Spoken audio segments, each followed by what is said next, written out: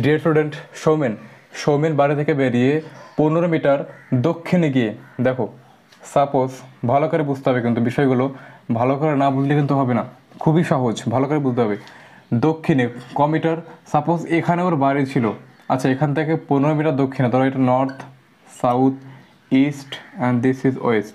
আচ্ছা বাড়ি থেকে সে 15 মিটার ধরে দক্ষিণে গিয়েছে, কোথায়? 15 মিটার ধরে দক্ষিণে গিয়েছে। আচ্ছা তারপর কি করলো সে?